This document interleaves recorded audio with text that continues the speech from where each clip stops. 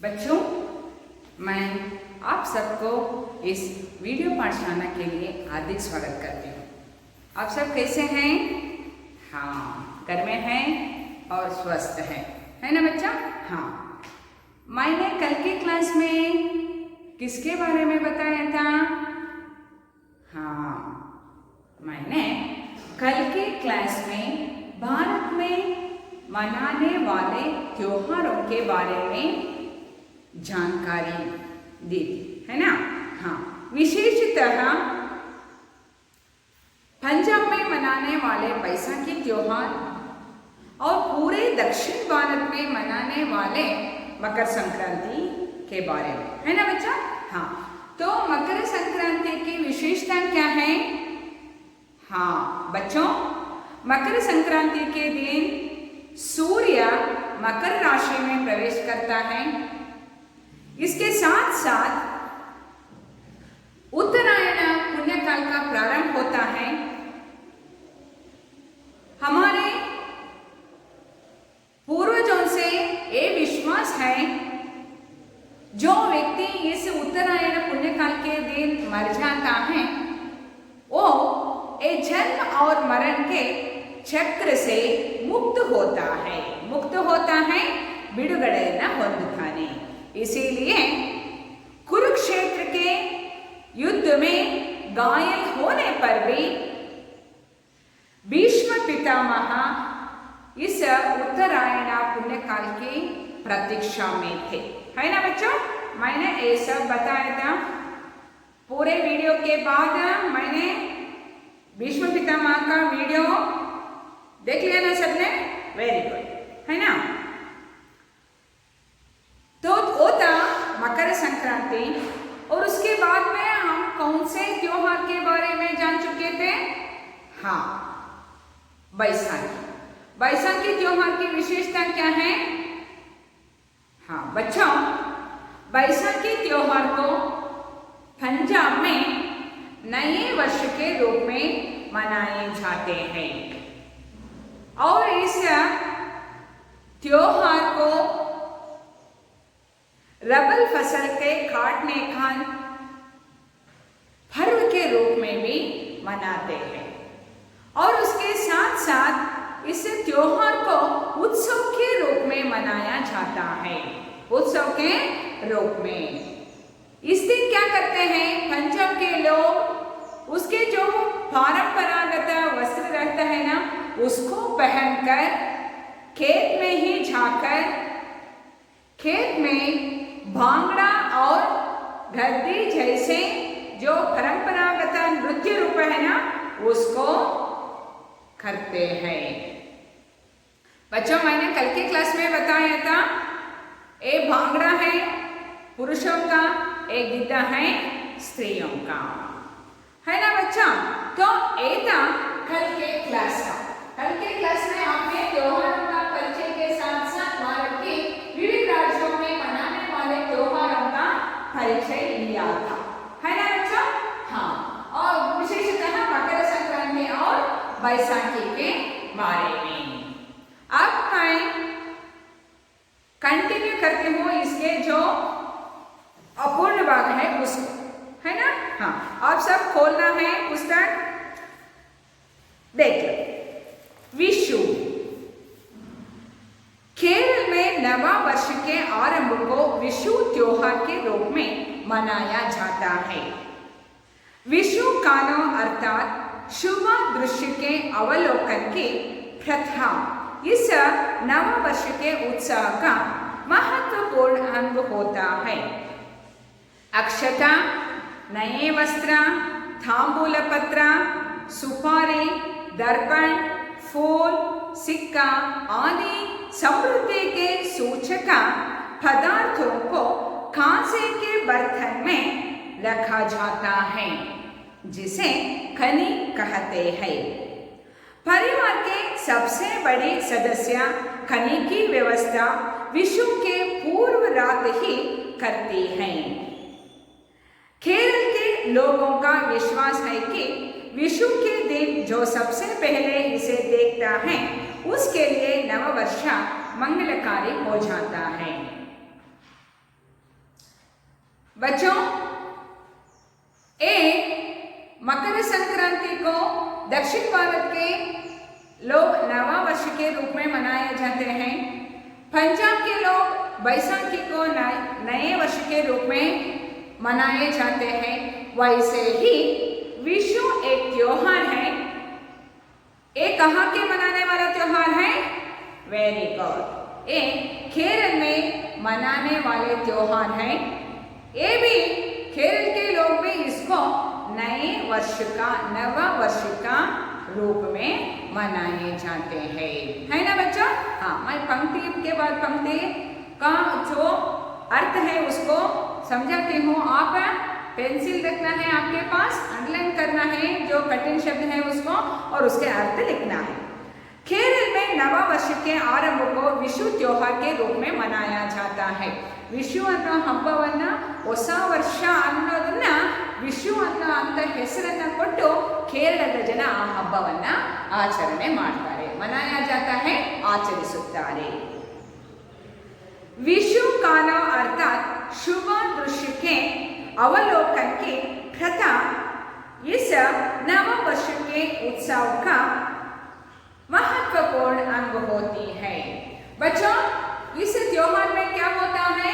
मैंने बताया ये विशु खाना इस त्योहार का विशेषता है। ये विशु खाना क्या है?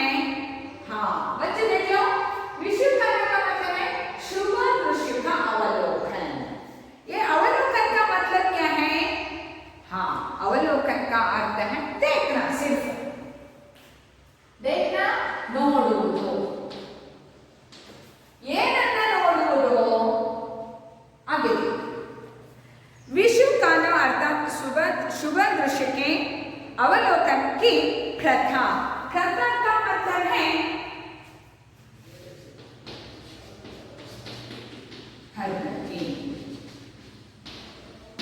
विशु खाना एक शुभ दृश्य है। शुभ दृश्ಯವನ್ನ ನೋಡೋದು ಅದು ಪರಂಪರೆ। ಎಲ್ಲಿನ ಪರಂಪರೆ?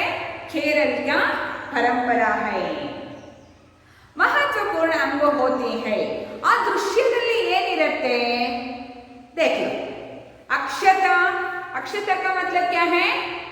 हाँ, ನಾವು ಅದನ್ನ ಅಕ್ಕಿ ಅಂತ ಹೇಳ್ತೀವಿ। ಆದರೆ ಈ ಅಕ್ಕಿಯನ್ನ ಸಂದರ್ಭಕ್ಕೆ ತಕ್ಕಂಗೆ ನಾವು ಬೇರೆ ಬೇರೆ ಹೆಸರುಗಳಿಂದನೇ ನಾವು ಅದನ್ನ ಕರೀತೀವಿ ಅಲ್ವಾ? ಅಕ್ಕಿ ಅಂತ ನಾವಲ್ಲೇ ಪೂಜೆ ಅಥವಾ ಶುಭ ಕಾರ್ಯಗಳಲ್ಲಿ ನಾವು ಅಕ್ಕಿ ಅಂತ ಅದನ್ನ ಬಳಸೋದಿಲ್ಲ, ಅದನ್ನ ಅಕ್ಷತೆ ಅಂತಾನೆ ಬಳಸೋದು ಅಲ್ವಾ ಮಕ್ಕಳ? ಹಾ, ಅಕ್ಷತೆ ಅಂತ ನಿಮಗೆ ಅರ್ಥ ಆಗ್ಬೇಕು, ಅಕ್ಕಿ ಅಂತ। ಆದ್ರೆ ನೀವು ಅದನ್ನ ಅಕ್ಕಿ ಅಂತ ಬರ್ಕೊಳ್ಳಂಗಿಲ್ಲ, ಅಕ್ಷತೆ ಅಂದ್ರೆ ಹಾ। दूसरा नए वस्त्र। नए वस्त्र का मतलब है वेरी गुड, ಹೊಸ ಬಟ್ಟೆ। तांबूल पत्र। तांबूल पत्र का मतलब है हाँ, एले अडिके, सुपारी, अडिके। दर्पण। दर्पण मैंने लिखा, दर्पण कन्नड़ी। दर्पण कहते हैं ना, हाँ। फूल, हूवु, सिक्का, ಕಾಯಿನ್, ನಾಣ್ಯಗಳು ಹೇಳ್ತೀವಲ್ವ, ನಾವು ಪೂಜೆಗೆ ಇವನ್ನೆಲ್ಲ ಇಡ್ತೀವಿ। ಇದು ಕೇರಳದಷ್ಟೇ ಅಲ್ಲ, ನಮ್ಮಲ್ಲಾದ್ರೂ ಅಷ್ಟೇ ಒಂದು ಸಣ್ಣದೇನಾದ್ರೂ ಕಾರ್ಯ ಮಾಡಿದ್ವಿ ಅಂದ್ರೂ ಅಲ್ಲಿ ಅಕ್ಷತೆ ಕಾಳನ್ನು ಹಾಕಿ ಅಲ್ವಾ, ಅದ್ರ ಮೇಲೆ ಗಂಗೆ ಪೂಜೆಯನ್ನೆಲ್ಲ ಇಟ್ಟು ಅಲ್ಲಿ ಎಲೆ, ಅಡಿಕೆ, ಬಾಳೆಹಣ್ಣು, ಚಿಗಣಿ, ಟಮಟ, ಕಡಲೆಕಾಳು ಅಲ್ವಾ, ಮತ್ತೆ ಕನ್ನಡಿ ಅದನ್ನೆಲ್ಲ ನಾವು ಕಳಸ ಅಂದರೆ ಕಳಸದಲ್ಲಿ ಕನ್ನಡಿ ಕಂಪಲ್ಸರಿ ಇದ್ದೇ ಇರುತ್ತೆ ಅಲ್ವಾ? ಹಾಂ, ಸೊ ನಾವು ಅದನ್ನು ಶುಭ ಸಂದರ್ಭ, ಅವೆಲ್ಲ ಶುಭದ ಸಂಕೇತ ಅಂತ ನಾವು ಅವುಗಳನ್ನೆಲ್ಲ ನಾವು ಮಾಡ್ತೀವಿ। ಆದರೆ ಇವರು ವಿಶೇಷವಾಗಿ ಅದನ್ನು ಜೋಡಿಸೋದನ್ನೇ ಒಂದು ಹಬ್ಬದ ಹೆಸರನ್ನ ಇಟ್ಕೊಂಡಿದ್ದಾರೆ। दर्पण, फूल, सिक्का आदि समृद्धि के सूचक। समझ में आ गया ना बच्चों? ये केरल के लोग हैं ना, ये क्यों इन सब चीजों को, पदार्थों को रखते हैं उस दिन? हाँ, ये सब समृद्धि का सूचक है। समृद्धि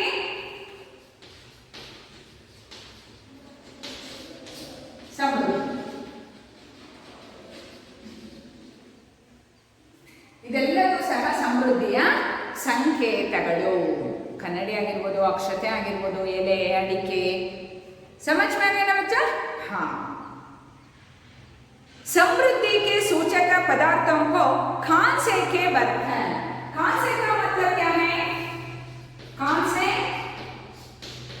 खंजो। बर्तन का मतलब है पात्र।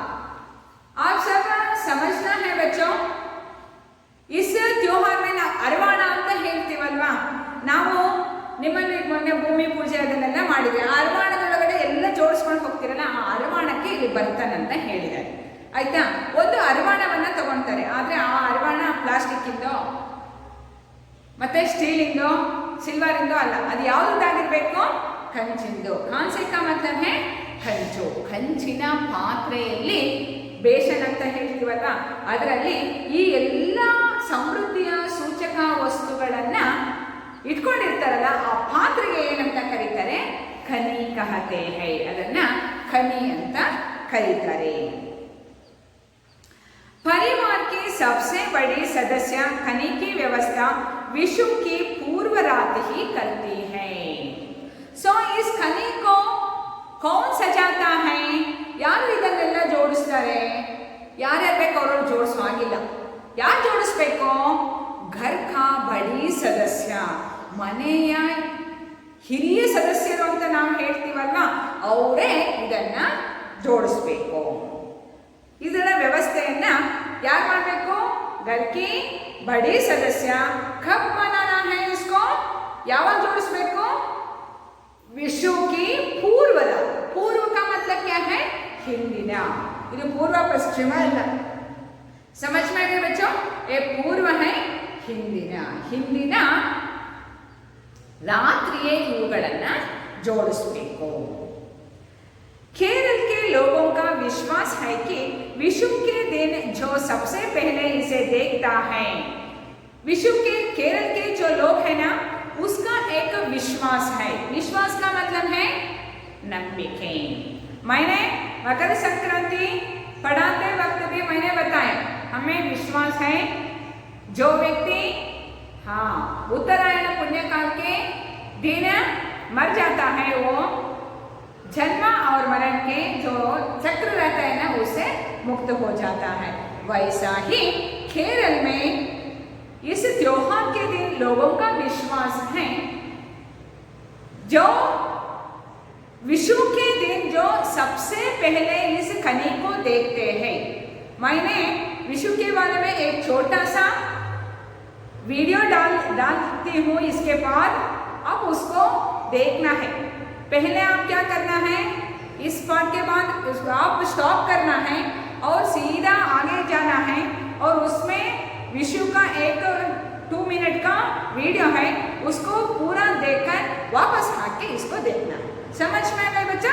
देख, विषु के दिन जो सबसे पहले ಎಲ್ಲರಿಗಿಂತ ಮೊದಲು, सबसे पहले ಎಲ್ಲರಿಗಿಂತ ಮೊದಲು इसे देखता है. ಇದನ್ನ ಯಾರು ನೋಡ್ತಾರೋ उसके लिए ಅವರಿಗೆ नव वर्ष, इस नव वर्ष मंगलकारी हो जाता है. मंगलकारी ಒಳ್ಳೆಯದಾಗುತ್ತೆ, मंगल कल्याण. समझ में आया बच्चा?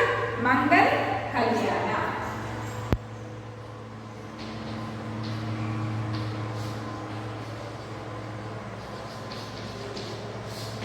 और ये ಒಳ್ಳೆಯದಾಗುತ್ತೆ ಅನ್ನೋಂಥ ನಂಬಿಕೆ किसमें है? केरल के लोगों में है.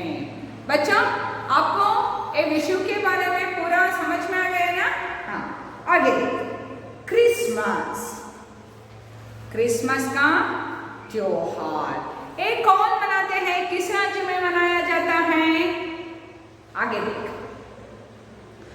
पूरे विश्व में ईसाई समुदाय द्वारा क्रिसमस त्योहार बड़ी धूमधाम से मनाया जाता है ना?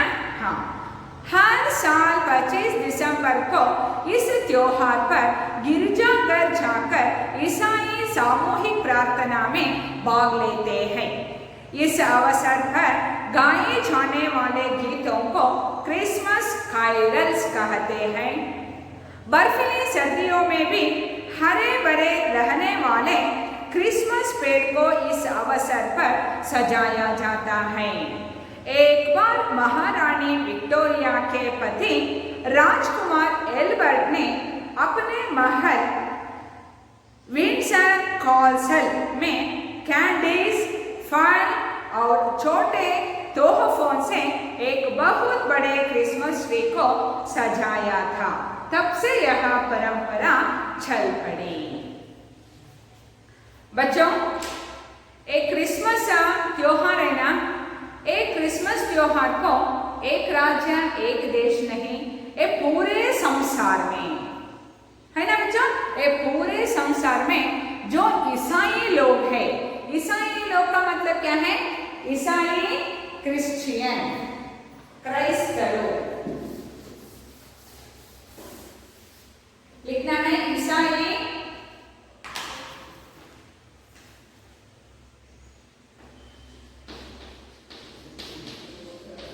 ईसाई, क्राइस्त लोग।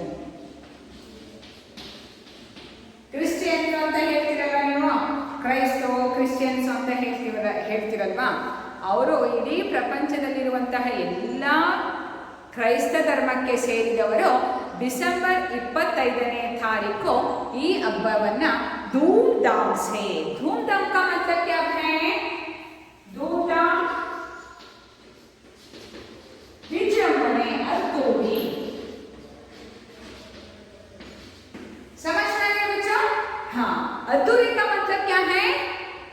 ತುಂಬಾ ಧೂಮ್ ಧಾಮ್ ಸೇ, ತುಂಬಾ ಜೋರಾಗಿ ಅಂತ ಹೇಳ್ತೀವಲ್ವಾ, ತುಂಬಾ ವಿಜೃಂಭಣೆಯಿಂದ ಈ ಹಬ್ಬವನ್ನ ಮಾಡಲಾಗುತ್ತೆ।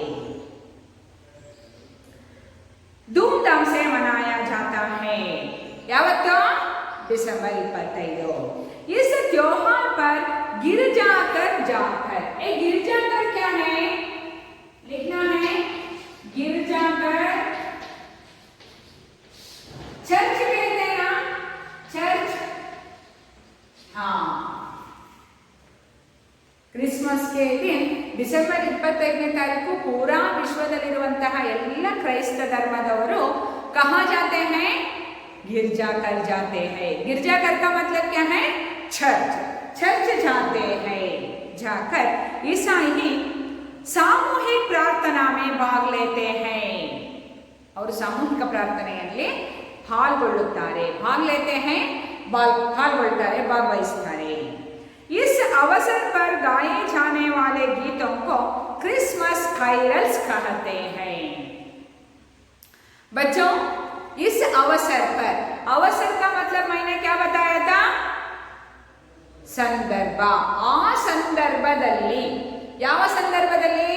ಕ್ರಿಸ್ಮಸ್ ಹಬ್ಬದ, ಅದೇ ಡಿಸೆಂಬರ್ 25ನೇ ತಾರೀಕು ಆಚರಿಸುವಂತಹ ಕ್ರಿಸ್ಮಸ್ ಹಬ್ಬದ ದಿನ गिरजाघर में जाकर जो ईसाई लोग सामूहिक प्रार्थना करते हैं ना, तब गाने वाले गानों को, गीतों को क्या कहते हैं? हाँ, क्रिसमस कैरल्स। ಅದನ್ನ ಕ್ರಿಸ್ಮಸ್ ಕೈರಲ್ಸ್ ಅಂತಾನೆ ಕರೀತಾರೆ। ಹಾಡುವಂತ ಹಾಡುಗಳನ್ನು, ಕ್ರಿಸ್ಮಸ್ ಹಬ್ಬದ ದಿನ ಹಾಡುವಂತ ಹಾಡುಗಳನ್ನು, ಅವ್ರು ಯಾವಾಗಲೂ ಹಾಡುಗಳನ್ನು ಹಾಡ್ತಾರೆ, ಆದರೆ ಕ್ರಿಸ್ಮಸ್ ಹಬ್ಬದ ದಿನ ವಿಶೇಷವಾಗಿ ಹಾಡುವಂತಹ ಹಾಡುಗಳನ್ನು ಕ್ರಿಸ್ಮಸ್ ಕೈರಲ್ಸ್ ಅಂತ ಕರೀತಾರೆ। आगे देख, बर्फीली सर्दियों में भी हरे भरे रहने वाले क्रिसमस पेड़ को इस अवसर पर सजाया जाता है। बच्चों, ये बर्फीली सर्दी क्या है? हाँ, ಡಿಸೆಂಬರ್ का मतलब है ಯಾವ ಕಾಲ ಆಗಿರುತ್ತೆ? ಚಳಿಗಾಲ ಆಗಿರುತ್ತೆ। ಗಿಡ ಮರಗಳೆಲ್ಲ ತಮ್ಮ ಎಲೆಗಳೆಲ್ಲ ಉದುರಿ ಹೋಗುವಂತಹ ಕಾಲ। ಇಂತಹ ಕಾಲದಲ್ಲಿಯೂ ಸಹ ಬರ್ಫಿಲಿ ಸರ್ದಿಯೋಮೆ ಅಂದರೆ ಚಳಿಗಾಲದಲ್ಲಿಯೂ ಸಹ ಹರೇ ಭರೇ ರಹನೆ ವಾಲೆ, ಹಚ್ಚ ಹಸಿರಾಗಿ ಕಾಣುವಂತಹ ಕ್ರಿಸ್ಮಸ್ ಪೇಡ್, ಹಚ್ಚ ಹಸಿರಾಗಿ ಕಾಣೋದು ಯಾವ ಟ್ರೀ? ಕ್ರಿಸ್ಮಸ್ ಟ್ರೀ ಮಾತ್ರ। ಆ ಪೇಡನ್ನ ಇಸ್ ಅವಸರ್ ಪರ್, ಈ ಸಂದರ್ಭದಲ್ಲಿ सजाया जाता है। सजाया का मतलब क्या है? इधर अलंकरिसो, सजाना, अलंकरिसो लिखना है बच्चों, अलंकरिसो। ಅದನ್ನ अलंकरिಸಲಾಗ್ತದೆ। किसको? क्रिसमस ट्री को। कब? क्रिसमस के दिन। अवसर पर सजाया जाता है। एक बार महारानी विक्टोरिया के पति राजकुमार एल्बर्ट ने,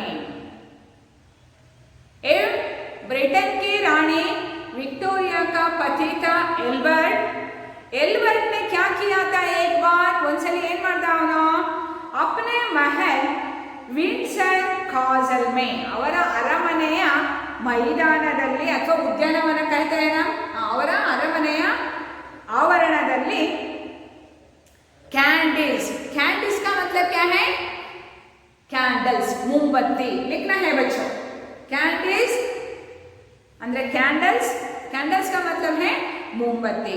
तो इस क्रिसमस ट्री रहते हैं ना, इस क्रिसमस ट्री को कैसे सजाया जाता है, हाँ इस क्रिसमस ट्री को पहला सा पहले क्या रहता है, हाँ कैंडल्स, मोमबत्तिಗಳನ್ನೆಲ್ಲ ಇರ್ತಾರೆ, ಅವುಗಳಲ್ಲಿ ತುಂಬಾ ವಿಶೇಷ ಅಲ್ವಾ, ಯಾವಾಗಲೂ मोमबत्तिಗಳನ್ನ ಅವರು हंसता इर्तारे।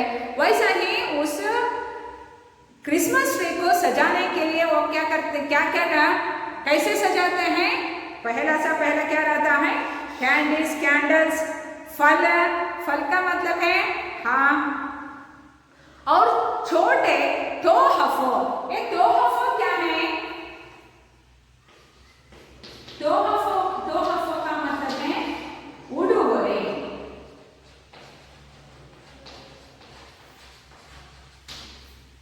क्या ಉಡುಗೊರೆ, ಅಲ್ಲಿ ಬರೀ ಹೂವು ಅದಕ್ಕೆಲ್ಲ ಲೈಟಿಂಗ್ಸ್ ಎಲ್ಲ ಹಾಕಿ ಮೊಂಬತ್ತಿ ಎಲ್ಲ ಹಚ್ಚಿ ಒಳ್ಳೊಳ್ಳೆ ಹೂವೆಲ್ಲ ಇಟ್ಟು ತುಂಬ ಚೆನ್ನಾಗಿ ಅಲಂಕಾರ ಮಾಡ್ತಾರೆ. ನಾನು ಈ ಪಾಠ ಆಗುತ್ತಲ್ಲ, ಪಾಠದ ಕೊನೆಯಲ್ಲಿ ಬೇರೆ ಬೇರೆ ದೇಶಗಳಲ್ಲೆಲ್ಲ ಯಾವ ಥರ ಕ್ರಿಸ್ಮಸ್ಸನ್ನು ಆಚರಣೆ ಮಾಡ್ತಾರೆ ಅಂತಲೂ ಒಂದು 2 ನಿಮಿಷದ ವಿಡಿಯೋ ಹಾಕಿದ್ದೀನಿ.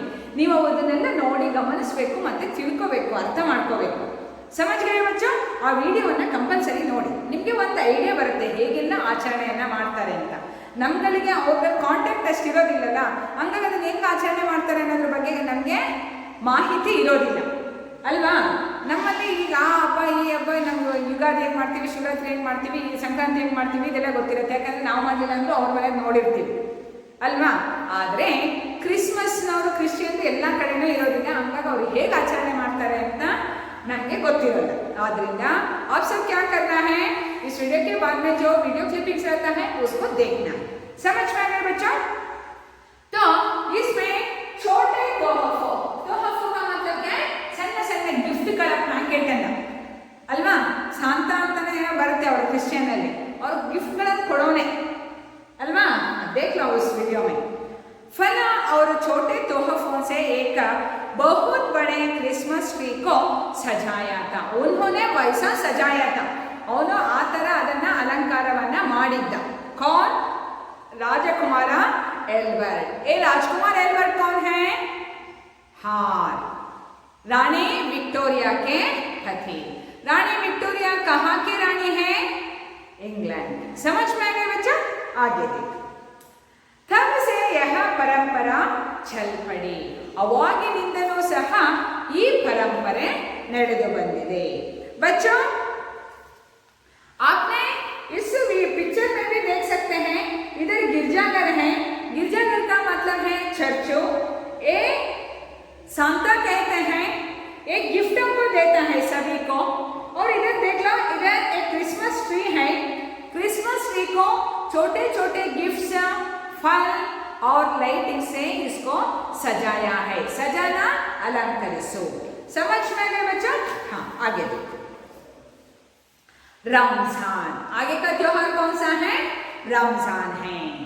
देखो बच्चों, मैं एक बार वाचन करती हूँ, आप ध्यान से सुनना और देखना पाठ को। रमजान मुसलमानों का पवित्र त्योहार है। रमजान के महीने में मुसलमान 30 दिन तक रोजा रखते हैं। रोजा का मतलब है उपवास का व्रत। मुसलमान मानते हैं कि सूर्योदय के पहले और सूर्यास्त के बाद ही खाना खाया जा सकता है और इस बीच खाने पीने की क्रिया को बंद रखना चाहिए। इस तरह 30 दिनों तक उपवास करने के बाद रमजान त्योहार को बड़ी धूमधाम से मनाया जाता है। सभी मुसलमान बंधु मस्जिद जाते हैं, नमाज पढ़ते हैं और मिठाई बांटकर परस्पर गले मिलते हैं। यह त्योहार भाईचारे की भावना और आपसी बंधुत्व का प्रतीक है। बच्चों, हमने भारत के विविध राज्यों में मनाने वाले हिंदू त्योहारों के बारे में जान चुके हैं, है ना? हाँ, उसके बाद क्रिश्चियन समुदाय के लोग मनाने वाले एक ही त्योहार, हाँ, क्रिसमस के बारे में हमने जानकारी प्राप्त की। अब मैं आपको जानकारी दे रही हूँ किसका? रमजान का। रमजान किसका त्योहार है? वेरी गुड, रमजान मुसलमानों का पवित्र त्योहार है। पवित्र का मतलब क्या है? हाँ, पवित्र, हम कन्नड़ में भी उसका ही, उस शब्द का ही प्रयोग करते हैं, है ना? पवित्र का विलोम शब्द, वेरी गुड, अपवित्र। मुसलमानों का पवित्र त्योहार है। रमजान के महीने में मुसलमान 30 दिन का रोजा रखते हैं। ये रोजा का मतलब क्या है? आप में 2 दिन मुसलमान हैं, आपको उसके बारे में बहुत सारी जानकारी है। हाँ, ये रोज का मतलब है उपवास।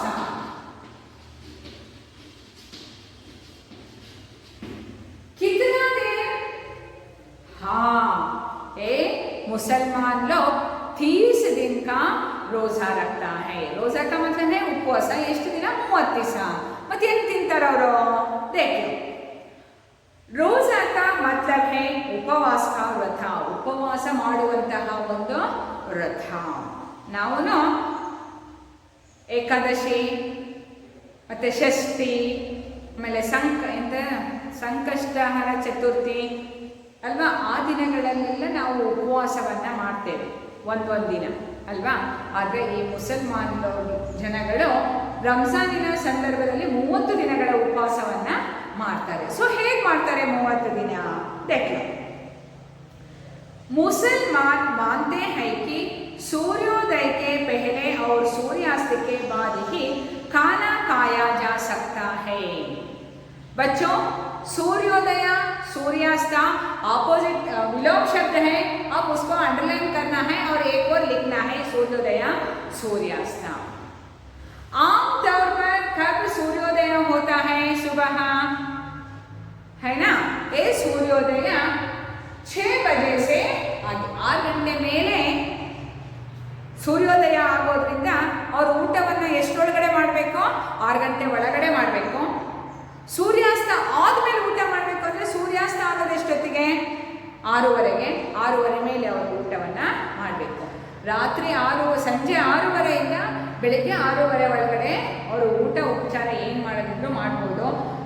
ಆದರೆ ಬೆಳಿಗ್ಗೆ 6:30ಯಿಂದ ಸಂಜೆ 6:30 ತನಕ ಅವರು ಪೂರ ಉಪವಾಸವಾಗಿ ಇರ್ತಾರೆ. खाना खाया जा सकता है. इस बीच खाने पीने की क्रिया को बंद रखना चाहिए. ಅವ್ರು ಏನು ಮಾಡ್ತಾರೆ ಆ ಸಂದರ್ಭದಲ್ಲಿ? ಏನು ಖಾನಾ ಪೀನಾ, ಏನು ತಿನ್ನೋದು ಇಲ್ಲ, ಕುಡಿಯೋದು ಇಲ್ಲ, ಹೈನಾ. ನಮ್ಮಲ್ಲಿ ಕೆಲವರು ಏನು ಮಾಡ್ತಾರೆ, ಉಪವಾಸ ಮಾಡೋದು ಅಂತಂದರೆ ಅದನ್ನು ಕೆಲವರು ಮುಂಚೆ ಎಲ್ಲ ಹರಿಕಥೆಗಳು ಅಂತ ಬರ್ತಾ ಇತ್ತು. ಹರಿಕಥೆ ದಾಸರು ಅದನ್ನು ಹೇಳಬೇಕಾದ್ರೆ ಹೇಳೋರು, ಉಪವಾಸ ಅಂದರೆ ಏನು ಅಂದರೆ ಚೊಂಬುವರೆ ಕಾಫಿ, ಸೇರುವರೆ ಉಪ್ಪಿಟ್ಟು ಅಂತ. ಅಂದರೆ ಒಂದು ಚೊಂಬು ಕಾಫಿ ಕುಡಿತಾರೆ, ಒಂದು ಸೇರು ಉಪ್ಪಿಟ್ಟು ಮಾಡ್ಕೊಂಡು ತಿಂತಾರೆ, ಅದು ಉಪವಾಸ ಅಂತ ಅಲ್ವಾ. ಅದನ್ನು ಹರಿದಾಸರು ಅದನ್ನು ಹೇಳ್ತಾರೆ, ಹರಿಕಥೆಯನ್ನು ಹೇಳೋವಂಥದ್ದು. ಆದರೆ ಈ ಮುಸಲ್ಮಾನರು ಯಾವ ರೀತಿಯಾಗಿ ಉಪವಾಸವನ್ನು ಮಾಡ್ತಾರೆ ಅಂದರೆ सूर्योदय से सूर्यास्त तक खाना पीना पूरा बंद रखते हैं. ಏನು ತಿನ್ನಂಗೂ ಇಲ್ಲ, ಕುಡಿಯಂಗೂ ಇಲ್ಲ. कब से? सूर्योदय से सूर्यास्त तक. इस तरह 30 दिनों तक उपवास करने के बाद रमजान त्योहार को बड़ी धूमधाम से मनाया जाता है. ऐसा ही 30 दिन होने के बाद 30 ದಿನ ಆದ ನಂತರ ಅವರು ಚಂದ್ರನ್ ನೋಡಬೇಕು. ಅದಾದಮೇಲೆ ರಂಜಾನ್ ಅನ್ನುವಂತಹ ಹಬ್ಬವನ್ನು ಆಚರಣೆ ಮಾಡ್ತಾರೆ. ಓ ಬಿ ಕೈಸೆ ಧೂಮ್ಧಾಮ್ ಸೆ, है ना बच्चा? हाँ. सभी मुसलमान बंधु मस्जिद जाते हैं. मस्जिद का मतलब क्या है? हाँ, मसीही. मस्जिद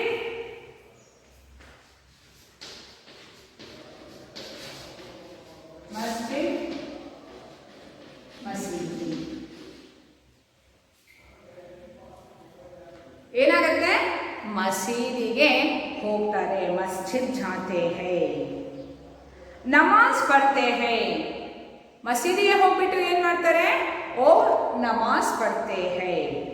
नमाज का मतलब है और नमाज ಮಾಡೋದು. मैंने उसका जो रमजान में वो क्या क्या करते हैं उसका भी एक वीडियो इसमें रखी हूँ, आप उसको भी देखना है. समझ में आए बच्चों? हाँ, नमाज पढ़ते हैं. उसका पवित्र ग्रंथ कौन सा है? कुरान. ईसाइयों का पवित्र ग्रंथ कौन सा है? बाइबल. हमारा जो हिंदुओं का पवित्र ग्रंथ कौन सा है? वेरी गुड, रामायण और महाभारत, है ना बच्चा? आगे सभी मुसलमान बंधु मस्जिद जाते हैं, नमाज पढ़ते हैं और मिठाई बांटकर परस्पर गले मिलते हैं.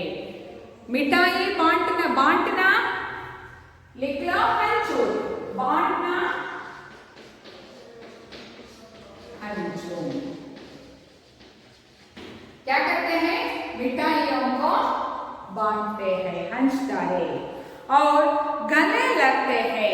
बच्चों इसमें एक फोटो है, देख लो, देख लिया ना? हाँ, इसे कहते हैं गले लगना. गले लगना का मतलब है आलिंगिसो, ಒಬ್ರಿಗೊಬ್ರು ಆಲಿಂಗಿಸ್ಕೊಳ್ತಾರೆ. गले लगते हैं. यह त्योहार भाईचार की भावना. भाईचार का मतलब क्या है? Very good, सहोदरत्व. बाय लिखना है बच्चों, ಭಾಯಿಚಾರ ಸಹೋದರತ್ವ. ನಾವೆಲ್ಲರೂ ಸಹ ಸಹೋದರರು ಅನ್ನುವಂತಹ ಭಾವನೆಯನ್ನ ಈ ಹಬ್ಬ ಜಾಗೃತಗೊಳಿಸುತ್ತೆ. भाईचारे की भावना और आपसी बंधुत्व. आपसी बंधुत्व का मतलब क्या है?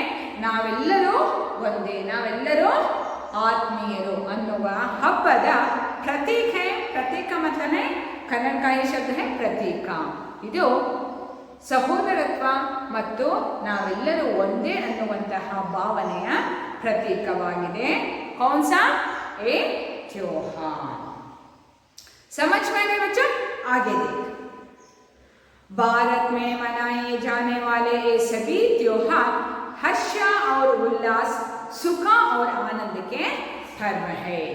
ಎಲ್ಲ ಹಬ್ಬಗಳು ನಮಗೆ ತುಂಬ ಖುಷಿನೇ ಅಲ್ವಾ?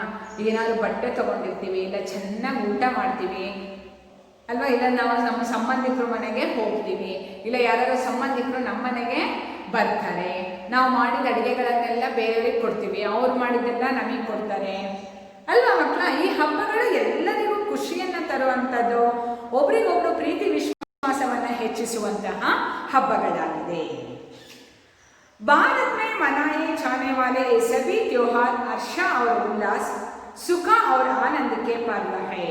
इनको हम अपने देश की सांस्कृतिक धरोहर कह सकते हैं. बच्चों, धरोहर का मतलब क्या है? संपत्ति. ಇದೆಲ್ಲ ನಮ್ಮ ಸಂಪತ್ತು. ಆಸ್ತಿ कहते हैं ना. ನಾವು ಮನೆ ಕಟ್ಟಿದ್ರೆ, ಸೈಟ್ ಏನಾದ್ರು ತಗೊಂಡ್ರೆ, ಜಮೀನು ಮಾಡಿದ್ರೆ ಅದನ್ನು ನಾವು ಸಂಪತ್ತು ಅಂತ ಹೇಳ್ತೀವಿ, ವೈಯಕ್ತಿಕ ಸಂಪತ್ತು ಅಂತ ಹೇಳ್ತೀವಲ್ವಾ? ದೇಶ ಕಿ ಸಾಂಸ್ಕೃತಿಕ ಸಂಪತ್ತು. ಇದೆಲ್ಲ ದೇಶದ ಸಂಪತ್ತು. कौन सा? हाँ, ये पूरा पर्व, उत्सव, त्योहार, ये सभी देश के सांस्कृतिक ಸಂಪತ್ತು ಕಹ ಸಕ್ತೆ ಹೈ. ಇದೆಲ್ಲದನ್ನು ಸಹ ನಾವು ದೇಶದ ಸಂಪತ್ತು ಅಂತ ಹೇಳ್ಬಹುದು. समझ गए ना बच्चा? हाँ, आगे मैं इस पूरे पाठ को एक बार संक्षिप्त में बताती हूँ, अब उसको ध्यान से सुनना है. आपको 15वां पाठ का भारतीय त्योहार पाठ का विधाता निबंध है ना बच्चा? इस पाठ में बच्चों को भारतीय संस्कृति व परंपरा का परिचय होता है और भारत के विविध देशों में विविध राज्यों में मनाने वाले त्योहारों के बारे में जानकारी मिलता है. समझ गए बच्चों? और उसके साथ साथ विशेषतः मकर संक्रांति, बैसाखी, विशु, क्रिसमस और रमजान के बारे में आप इस पाठ से जानकारी प्राप्त करते हैं. कल के क्लास में हमने मकर संक्रांति और बैसाखी के बारे में जान चुके थे. आज के क्लास में हमने विशु के बारे में जानकारी प्राप्त है ना बच्चों? विशु एक केरल में मनाने वाले त्योहार है. केरल के नए वर्ष के रूप में मनाए जाते हैं। इस त्योहार का महत्वपूर्ण अंग है, क्या है? एक विषुकाना है। एक विषुकाना का मतलब क्या है? शुभ दृश्य को देखना। जो दृश्य देखते हैं ना, ये उसको कहते हैं खनी। खनी में क्या रहता है? हाँ, खनी में अक्षता, नया वस्त्र और क्या क्या रहता है? थांबूला, फल, सिक्का, ये सब दर्पण, ये सब क्या है? समृद्धि का सूचक पदार्थों को एक खांसे का मतलब क्या है? खर्चिना पात्र में रखा जाता है। उसमें विश्वास है केरल के लोगों में, जो व्यक्ति इसको पहले देखता है उसको इस वर्ष मंगलकारी होता है। ಅವನಿಗೆ ಈ ವರ್ಷ ಅವನಿಗೆ ಒಳ್ಳೆಯದಾಗುತ್ತೆ ಅನ್ನುವಂತಹ ನಂಬಿಕೆ ಇದೆ। ये है विषु का त्योहार। विषु केरल में मनाने वाले त्योहार में परिवार के सबसे बड़े सदस्य खनी की व्यवस्था करते हैं। इसको कौन व्यवस्था करता है? हाँ, क्रिसमस को पूरे विश्व में 25 दिसंबर को मनाया जाता है। क्रिसमस कायरल्स, क्रिसमस ट्री को सजाना इस त्योहार का विशेषता है। बच्चों, मैंने बताया एक क्रिसमस कायरल्स क्या है? हाँ, क्रिसमस के दिन सारे ईसाई लोग कहाँ जाते हैं? चर्च जाते हैं। चर्च में जाकर वो क्या करते हैं? सामूहिक प्रार्थना करते हैं। सामूहिक प्रार्थना करने के बाद वो क्या करते हैं? गाना गाते हैं प्रार्थना में। उस संदर्भ में गाने वाले गानों को वो किसे कहते हैं? क्रिसमस कायरल्स कहते हैं। उस दिन की एक विशेषता है क्रिसमस ट्री को सजाना। समझ गए बच्चों? हाँ, उसको अच्छे तोहफों को, फलों को, कैंडल्स को रखकर उसको सजाना, अलंकार ಮಾಡೋದು ये क्रिसमस त्योहार का विशेषता है। बच्चों, वैसा ही एक त्योहार है रमजान। रमजान मुसलमानों का पवित्र त्योहार है। रमजान में वो क्या करता है? रोजा रखते हैं। रोजा का मतलब है उपवास। वो कितने दिन उपवास रखते हैं? 30 दिन। 30 दिन के बाद वो क्या करते हैं? रमजान त्योहार को बहुत धूमधाम से मनाते हैं। उसके बाद वो क्या करते हैं? मस्जिद जाते हैं। मस्जिद का मतलब क्या है? मस्जिद के होकर वो क्या उधर जाकर वो क्या करते हैं? नमाज पढ़ते हैं। उसके बाद जो स्वीट्स बांटते हैं, मिठाई बांटते हैं और उसके बाद गले लगते हैं। ये त्योहार है ना, ये भाईचारा और आपसी बंधुत्व का प्रतीक है ना बच्चों? तो ये पूरा जो त्योहार है भारत में मनाने वाले त्योहार, ये हर्ष का मतलब है खुशी, है ना? हर्ष, उल्लास, सुख और आनंद, ये सब कन्नड़ का ही शब्द है, आप इसको समझना। का साथ साथ देश की सांस्कृतिक धरोहर है। ये धरोहर का मतलब है संपत्ति, का मतलब है आस्ति। इधर दूसरा का देशದ आस्ति, है ना बच्चा? आशा करती हूँ आप सबको इस बात अच्छी तरह से समझ में आ गया है ना? हाँ, आप इसके बाद के जो वीडियो लगते हो ना, उसको भी ध्यान से देखना। उसमें पूरे मकर संक्रांति, विषु, बैसाखी, रमजान, ये पूरे का इंफॉर्मेशन है उसमें। समझ में गए? इसके जो प्रश्नोत्तर हैं, वर्कशीट है, घटक परीक्षा है, उसको मैं व्हाट्सएप ग्रुप में भेज दूँ। समझ गए बच्चों? मैं आप समाप्त करती हूँ।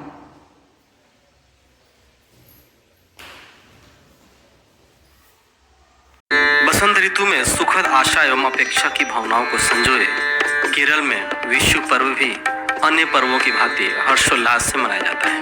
प्रातः काल में विषुकनी के शुभ दर्शन की रीति का अनुसरण करते केरल वासी इस पर्व का शुभारंभ करते हैं।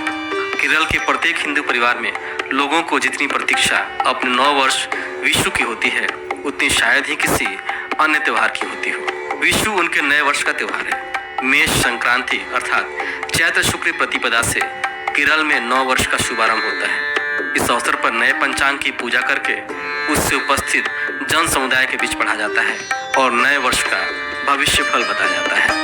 मलयाली मास मेदम के प्रथम दिन ही विशु की सुबह ही सोते बच्चों के कान में कड़ी कड़ी कड़ी शब्द ऐसे गुंजाया जाता है कि बच्चा नींद छोड़कर उठ खड़ा हो। मलयालम भाषा में कड़ी शब्द का अर्थ है फल। इसके बाद बच्चों को फलों की दावत दी जाती है। विशु के इस शुभ दिन पर केरल के हर घर में संगीत की लहरियां गूंजती हैं। लोग भक्ति संगीत में लीन होकर नए वर्ष का स्वागत करते हैं। एक तरह से किसानों के लिए यह पर्व आशापुंज है। इस दिन वे सुखी एवं समृद्ध जीवन की कामना करते हैं। अंग्रेजी कैलेंडर के अनुसार यह दिन अप्रैल मई में आता है।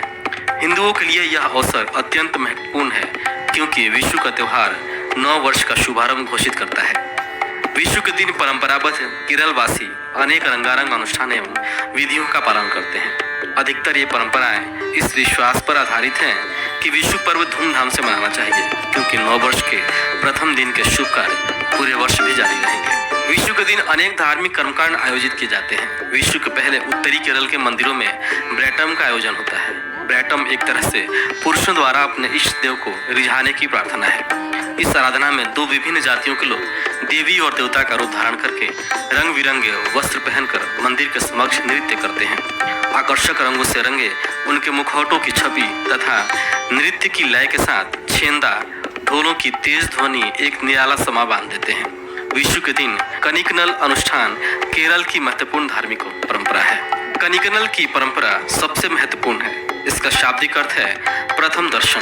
कनिकनल रीति के अनुसार अनेक वस्तुओं का विधान है जिन्हें शुभ की आशा रखने वाले व्यक्ति को प्रातः सर्वप्रथम देखना चाहिए। इन वस्तुओं में सम्मिलित हैं पत्र, पुस्तक, स्वर्ण आभूषण, स्वच्छ श्वेत वस्त्र, चावल एवं धान की कुछ मात्रा, कोन्ना, वृक्ष के पुष्प, आधा काटा सीताफल, नारियल तथा पीला खीरा।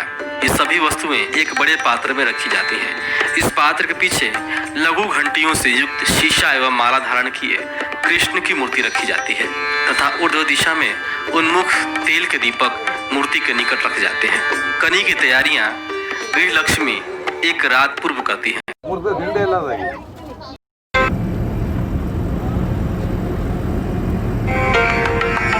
Makar Sankranti is one of the major festivals celebrated across the nation with great pomp. Each state has its own way of celebrating the festival, which commences the auspicious period known as Uttarayana period. The festival of Makar Sankranti inspires one to have peace, love, harmony, and stay with unity.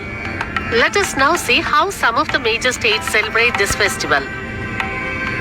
Delhi and Haryana have their own unique way of celebrating Makar Sankranti. A ritual called Siddha is observed in which the brother brings his sister and brother-in-law warm clothing and gifts to show his care for them. In Punjab, the festival is called Maghi. People perform Bhangra dance. Sweet delicacy, kheer and many other foods are prepared and distributed among friends and families. The people of Gujarat celebrate this day with the Uttarayan festival. This festival is celebrated with avid kite flyers flying wonderful and unique kites. The international kite flying is also taken place where kite flying enthusiasts from all over the world come to participate. In Tamil Nadu, the harvest season is celebrated as Pongal for 4 days. People worship the sun god and exchange food delicacies and sugarcane among neighbors and relatives. Makar Sankranti is celebrated as Khichdi in Uttar Pradesh. People gather at Varanasi to worship and take a holy bath. They serve sweets such as til laddus and good laddus. Kite flying is also an important part of the celebration. The 3-day festival of Makar Sankranti is celebrated in Maharashtra with great joy.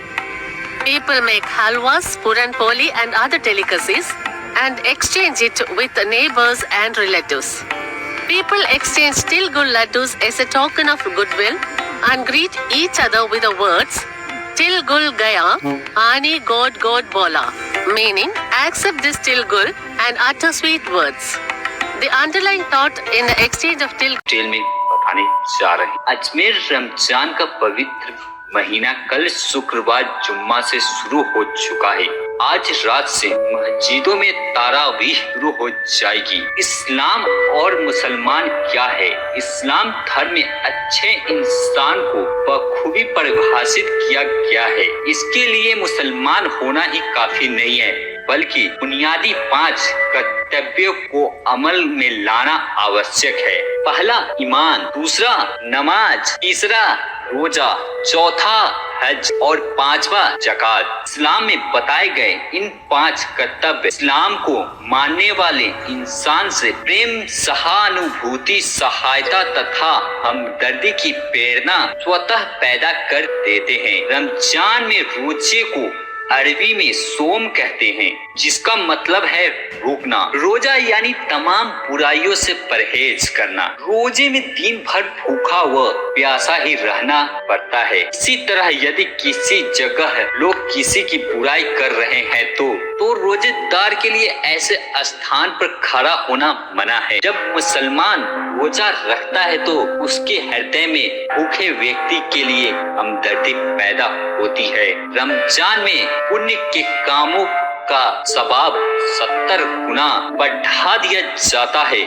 ज़कात इसी महीने में अदा की जाती है। रोजा झूठ, हिंसा, बुराई, रिश्वत तथा अन्य तमाम गलत कामों से बचने की प्रेरणा देता है। इसका अभ्यास यानी पूरी 1 महीना कराया जाता है ताकि इंसान पूरी साल तमाम बुराइयों से बचे। कुरान में अल्लाह ने फरमाया कि रोजा तुम्हारे ऊपर इसलिए फर्ज किया है ताकि तुम खुदा से डरने वाले बनो। और खुदा से डरने का मतलब यह है कि इंसान अपने अंदर विनम्रता तथा कोमलता पैदा करे।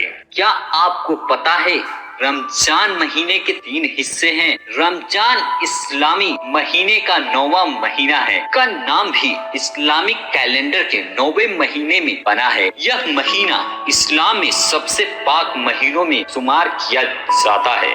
रमजान के महीनों को और 3 हिस्सों में बांटा गया है। हर हिस्सों को 10-10 दिन आते हैं। हर 10 दिन के हिस्से को आसरा कहते हैं, जिसका मतलब अरबी में 10 है। कुरान के दूसरे पारे के आयत नंबर 183 में रोजा रखना हर मुसलमान 17 मई से शुरू हो गया है। इस्लाम में बुनियादी 4 कर्तव्यों को अमल में लाना जरूरी बताया गया है, जिसमें रोजा दूसरे नंबर के कर्तव्य पर आता है। आइए हम आपको बताते हैं। ये कर्तव्य कुछ इस तरीके से हैं। पहला नमाज, दूसरा रोजा, तीसरा हज, चौथा ज़कात। जैसे कि ये मौका मुबारक रमजान का है, तो बात करते हैं रोजा की। जानिए क्यों रखा जाता है रोजा और क्या है इसका मतलब। रोजा को अरबी में सोम कहते हैं, जिसका मतलब है रुकना। रोजा यानी तमाम बुराइयों से रुकना या परहेज करना। जुबान से गलत या बुरा नहीं बोलना, आंखों से गलत नहीं देखना, कान से गलत नहीं सुनना, कोई नाजायज अमल नहीं करना, किसी को। नमस्कार दोस्तों, क्रिसमस के पर्व में बहुत सारी रोचक परंपराएं होती हैं, जिसके बारे में आज जानिए इस वीडियो के दौरान। अक्सर देखा जाता है कि क्रिसमस का त्योहार 25 तारीख दिसंबर में ही मनाई जाती है। और उसमें क्यों मनाया जाता है? क्योंकि यीशु का इस दिन जन्म हुआ था। इसी पर्व को खुशी के रूप में मनाया जाता है। क्रिसमस के दिन पर सेंटा क्लॉज बच्चों को तरह तरह के गिफ्ट देता है और लोग, सभी भारत के जितने भी लोग हैं, सभी जाति धर्म को ना भेद करते हुए इस पर्व को सभी मनाते हैं। अपने घर ट्री लेकर आते हैं और उसे फूलों से, गिफ्टों से सजाते हैं और सजाकर क्रिसमस का पर्व मनाते हैं। क्रिसमस का पर्व बहुत ज़्यादा सेलिब्रेट किया जाता है, लेकिन सभी लोग अपने अपने घर पर इस संपन्नता के रूप में मनाया जाता है और इस संपन्नता को पूर्ण करता है क्रिसमस का पर्व। क्रिसमस के पर्व पर सेंटा क्लॉज का गिफ्ट देना कब से शुरू हुआ? वैसे अक्सर देखा जाता है कि बच्चों को गिफ्ट देना सबसे ज्यादा अच्छा लगता है। बच्चों को वह चीजें पाना अच्छा लगता है जो चीज की वे कामना करते हैं। और यदि सेंटा क्लॉज बनकर भी कोई गिफ्ट दे देता है तो बच्चे उस बात को जाहिर करते हैं और उस बात से खुश भी होते हैं। सेंटा क्लॉज एक यमदूत होता है, यानी कि भेजा हुआ दूत होता है, जिसके द्वारा बच्चों को गिफ्ट दिया जाता है, जिससे बच्चे मनचाहा अपना गिफ्ट मांगते हैं। लेकिन अक्सर देखा जाता है कि ये गिफ्ट उन्हीं बच्चों को मिल जाता है जो बच्चे कामना करते हैं, लेकिन ऐसा कुछ भी नहीं होता है। एक आम आदमी होता है जो कि एक सेंटा क्लॉज की यूनिफॉर्म पहनकर बच्चों के बीच में सेंटा क्लॉज बनकर जाता है और बच्चों से हाय हेलो करके उस क्रिसमस के पर्व को काफी हद तक सेलिब्रेट करता है। ये क्रिसमस पर्व में यह परंपराएं जरूरी होती हैं, यानी कि क्रिसमस वाले दिन पर पेड़ घर पर लेकर आते हैं, उसे फूलों से सजाना, लाइट से सजाना और उसे बीच में रख के उसकी सेलिब्रेट करना, ये सारी परंपराएं क्रिसमस की है। चर्च में जाकर यदि क्रिसमस का पर्व देखेंगे तो और भी ज्यादा रोचक और सुंदर लगता है। यदि आप क्रिसमस पर्व के बारे में जानते हैं और उसकी परंपराओं को जानना चाहते हैं तो सबसे ज्यादा जरूरी है कि आप क्रिसमस पर्व में जरूर भागीदारी दें, क्योंकि क्रिसमस का सेलिब्रेशन बहुत ज्यादा खास माना जाता है। यदि आप क्रिसमस पर्व को और भी ज्यादा अंदरूनी तरीके से देखना और जानना समझना चाहते हैं तो उसके लिए आप बहुत ज्यादा जरूरी है कि यीशु से जुड़ी हुई सारी बातों का ज्ञान हो, उनके बारे में ग्रंथ पढ़े हो, बाइबल पढ़िए, जिससे कि आपको पता चलेगा यीशु का जन्म कब और कैसे हुआ, जिससे कि आपको सारी ज्ञान की इच्छाएं मिल जाएंगी, जिससे आपको पता चलेगा कि क्रिसमस सेलिब्रेट अक्सर ही क्यों होता है और 25 दिसंबर को ही सभी जाता है, जो हर साल 14 अप्रैल को सिख नववर्ष के रूप में मनाया जाता है। इसे विसाखी या वैसाखी भी कहा जाता है। यह एक ऐतिहासिक त्योहार है जिसे सिख धर्म के लोग वसंत फसल त्योहार के रूप में मनाते हैं।